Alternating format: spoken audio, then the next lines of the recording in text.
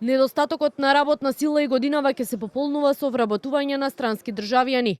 Владата донесе одлука за квота од 10.000 работни дозволи за странски државјани.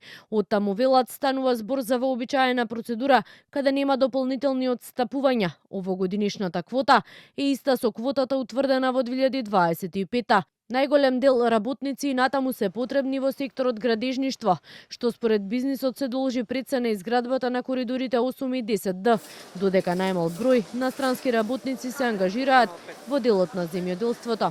Од Сојузот на стопански комори за Канал 5 велат дека лани биле ангажирани околу 6.000 вработувања, додека годинава се предвидува вработување на околу 4.500 странци. Оваа квота од 10.000 се однесува за вкупно вработените од минатата година и од оваа година, што ќе бидат пријавени околу 4.500 се предвидува дека ќе има барање на вработување на странци, засега предничи градежниот сектор и инфраструктурните објекти кои што се градат на територијата на Македонија. Ангажирањето на странски работници од бизнис секторот велат се должи пред се на несоодветниот кадар кој е слободен на пазарот во земјава. Од Сојузот на стопански комори велат доколку има потреба како бизнис заедница ќе побараат изголемување на квотата. Структурата на невработените не е таква како што одговара на потребите на работодавачите во Македонија, значи претежно младата работоспособно население не е во Македонија, во овој поглед во делот на ангажманот на градежната индустрија, односно на градежништвото, каде што имаме потреба од таков вид на кадар. Инаку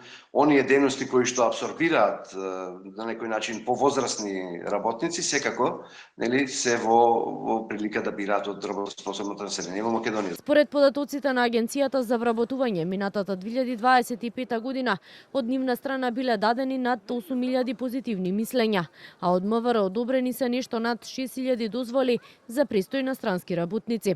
Од Министерството за економија и труд за Канал 5 велат податоците покажуваат дека најмногу работни дозволи минатата година биле издадени на странски државјани од Турција. На второ место се Бангладеш и Непал, а по нив следуваат Индија и Косово.